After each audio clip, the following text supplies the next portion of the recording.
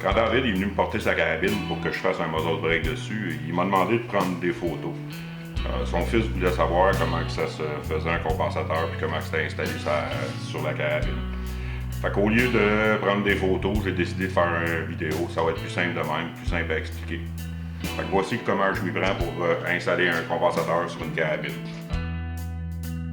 La carabine, c'est une SIG modèle SRH 970.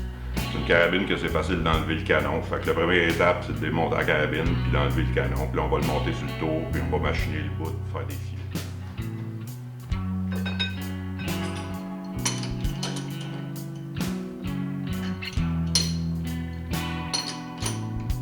Bon, tu vois ici qu'il y a un petit protecteur en bronze pour protéger le devant du canon. Puis en arrière, le canon il est tenu dans un choc à 4 mâchoires. Puis ça va me permettre, en me servant du dial, de l'aligner pour qu'il rende parfaitement parallèle avec le tour.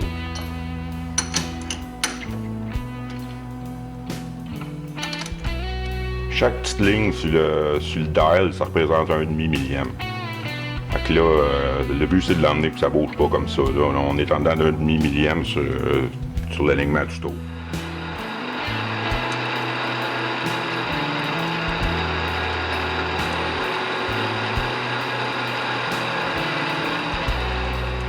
Bon, là le bout du canon il a été réduit à 1,5 pouce, à 0.500. Puis on va faire des filets, 28 filets au pouce, qui est le pitch standard pour les muzzle brakes de AR-15 et pas mal tous les petits calibres. Quand on a des canons au plus gros diamètre, on va se servir d'un diamètre de filet plus gros. Mais sur des canons sporters, c'est le meilleur filet à se servir.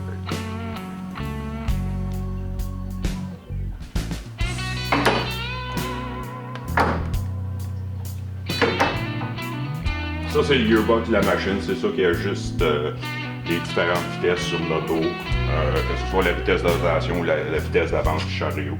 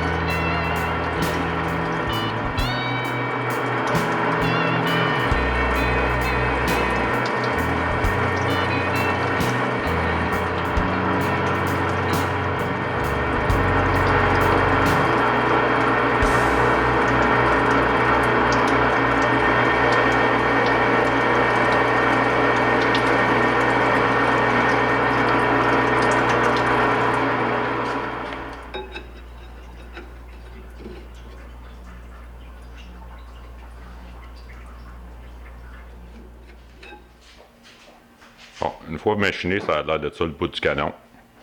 J'en ai profité pour faire le crowning parce qu'il n'était pas à mon goût. Là, on est prêt à remonter le canon sur la carabine, puis on va commencer à machiner le compensateur.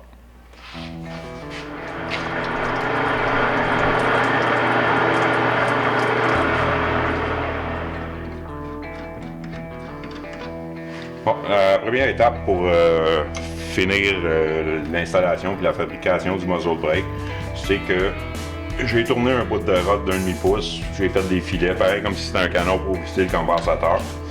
Puis là, ça me permet de visser le blank du compensateur, qui est juste un tube de métal qui a des filets à un bout, qui est percé bord en bord. Ça permet de visser ça en place. Puis là, je vais pouvoir travailler l'extérieur, puis aussi l'intérieur du bore, en étant certain que tout est parfaitement perpendiculaire sur la machine. C'est comme ça, mais que je visse mon compensateur en place sur le canon, le trou va être centré avec le trou du canon.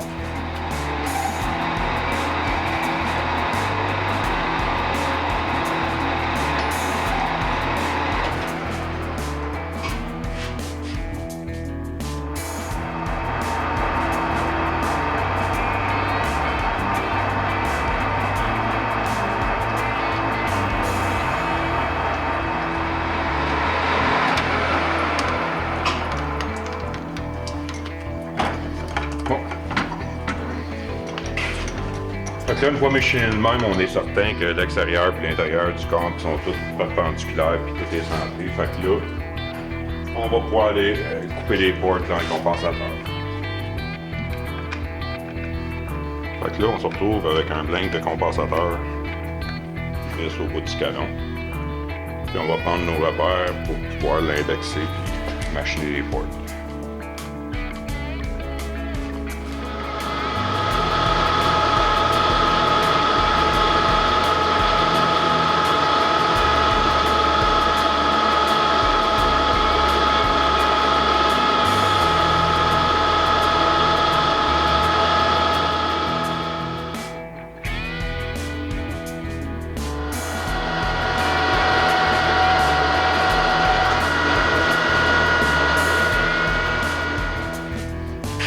Bon, là, j'ai jamais enlevé ce setup-là dans le tour, fait qu'il tourne encore parfaitement perpendiculaire. Fait que je vais remonter mon compensateur dedans, puis je vais finir l'extérieur, pour que ça soit un peu plus lisse que ça.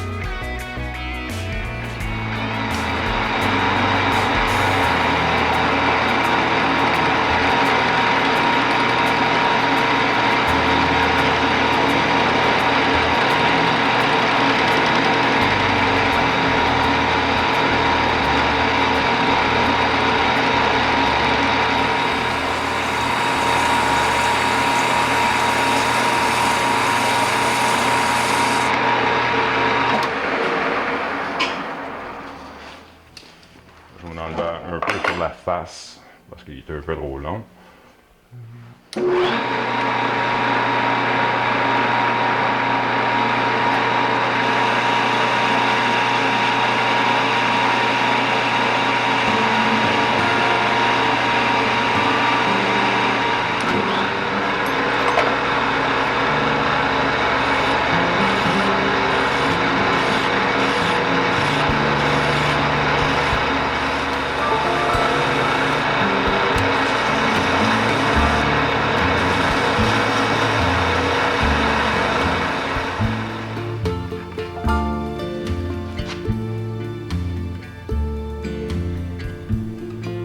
J'ai fait une petite marque au crayon feutre, puis c'est ça qui va me dire jusqu'à quel point je peux enlever du matériel pour couper l'angle qui va faire matcher le compensateur au canon.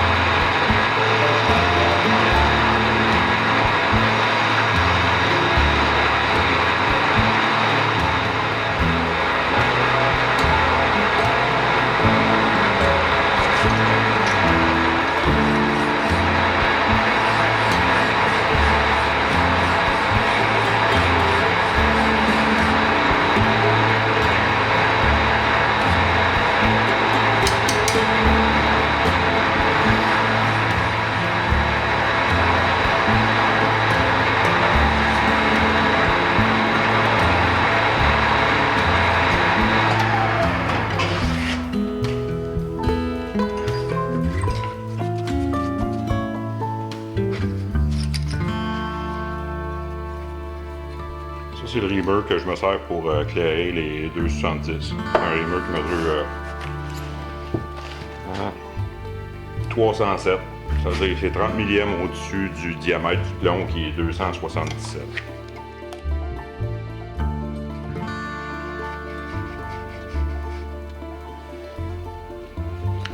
Et voilà, le camp qui est fait, là, il va juste rester à le peinturer et à le shooter au Cerakote.